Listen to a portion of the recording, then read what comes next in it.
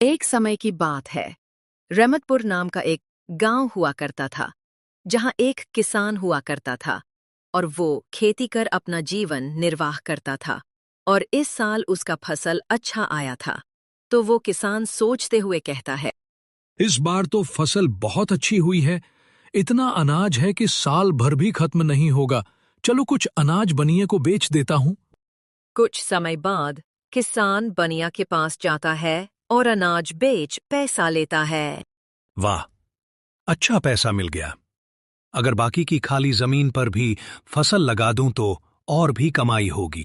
अगली बार फसल लगाता है, लेकिन पानी के कारण सिंचाई की समस्या होती है।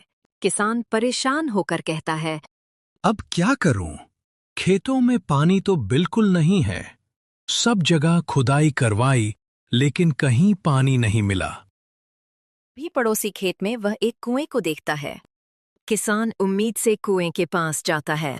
इस कुएं से पानी ले लेता हूं, शायद खेती बच जाए। कह के पानी लेने कुएं के पास जाता है, लेकिन इतने में कुएं का मालिक आ जाता है। कुएं का मालिक गुस्से से कहता है, रुको, तुम इस कुएं से पानी नहीं ले सकते, ये मेरा कुआं है। किसान गुजारिश करते हुए कुएं के मालिक से कहता है, भाई, मेरी फसल सूख रहे है, थोड़ा पानी दे दो। कुएं का मालिक चालाकी से किसान को कहता है, अगर पानी चाहिए तो ये कुआं खरीद लो। किसान कुएं के मालिक से कहता है। ठीक है, मैं कुआं खरीदता हूँ। अगले दिन किसान कुएं से पानी निकालने जाता है। कुएं का पूर्व मालिक फिर आता है और कहता है, मैंने तुम्हें कुआं बेचा है, लेकिन पानी नहीं। अगर पानी चाहिए तो वो भी खरीदना पड़ेगा। किसान आश्चर्यचकित होकर कहता है, ये कैसा न्याय है? कुआं तो मेरा हो चुका है, अब मैं क्या करूं? फिर अगले दिन किसान अकबर की दरबार पे पहुंचता है। बादशाह अकबर से विनती करता है, हुजूर, मैंने कुआं खरीदा है, लेकिन अब मालिक कहता है कि पानी उसका है। कृपया मुझे न्याय दिलाइए हुजूर। बादशाह अकबर चिंता में डूब जाते हैं और बीरबल से कहते हैं, यह मामला थोड़ा उलझा हुआ है। बीरबल, तुम इस मामले का हल निकालो। बीरबल न्याय करते हुए कुएं के पूर्व मालिक से कहते हैं, तुम कहते हो कि तुमने कुआं बेचा है, लेकिन पानी नहीं।